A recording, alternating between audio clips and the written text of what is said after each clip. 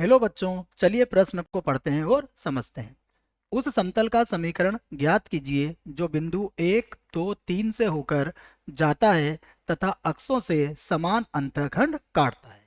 तो हमें समतल का समीकरण ज्ञात करना है। समतल का समीकरण ज्ञात करने के लिए हम सबसे पहले हमारी मुख्य अवधारणा लिख लेते हैं। तो मुख्य अवधारणा क्या होगी हमारी, देखो। मुख्य अवधारणा हमारी होगी कि हमें समतल का समीकरण अंतःखंड रूप में ज्ञात होना चाहिए। तो अंतःखंड रूप में समतल का समीकरण क्या होता है, हम उसको पहले लिख लेते हैं। अंतःखंड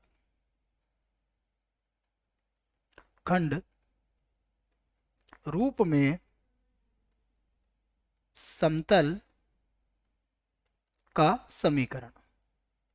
अंतःखंड रूप में समतल का समीकरण होता है x बटा ए, वाई बटा बी, जेड बटा सी बराबर 1। ठीक है। तो अब देखिए हम प्रश्नों को हल करते हैं। तो देखो प्रश्न में क्या कहा गया है कि समान अंतःखंड काटता है। तो हम कह सकते हैं कि यहाँ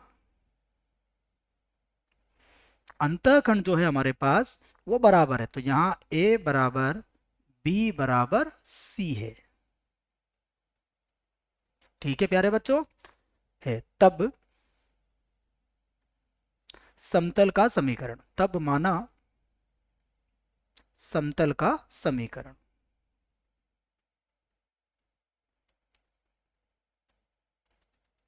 देखो समतल का समीकरण में a बराबर b बराबर c है, तो हम समतल का समीकरण कैसा मान लेंगे?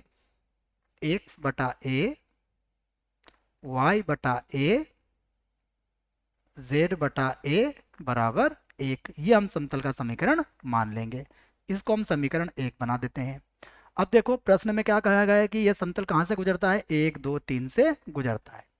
तो हम कहेंगे कि यदि समतल 1, 2, 3 से गुजरता है तो इसको संतुष्ट भी करेगा। तो यदि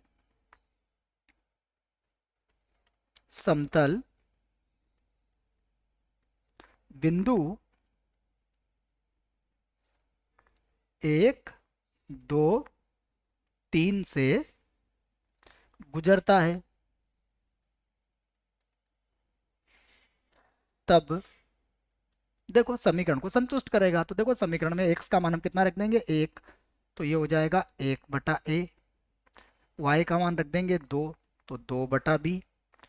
और z का मान रख देंगे 3, तो 3 बटा, सॉरी यहाँ भी a आएगा, है ना, b नहीं a आएगा। यहाँ इसको सही कर लेते हैं हम, यहाँ पर भी हमें a ही लिखना है। तो 2 बटा ए, 3 बटा ए बराबर 1। ठीक है। तो अब देखो इसका एलसीएम लेंगे तो ये कितना बनेगा? ये हो जाएगा हमारे पास 6 बटा ए बराबर 1। तो यहाँ से प्यारे बच्चों ए का मान कितना आ जाएगा हमारे पास? 6 आ जाएगा। तो क्या अब हम समतल का समीकरण लिख सकते हैं? तो यहाँ से हम लिख सकते हैं समतल का समीकरण।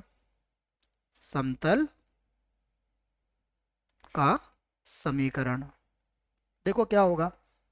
x बटा 6, y बटा 6 और z बटा 6 बराबर 1।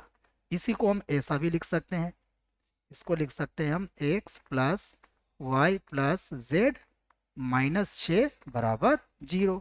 तो ये हमारा आंसर आ चुका है।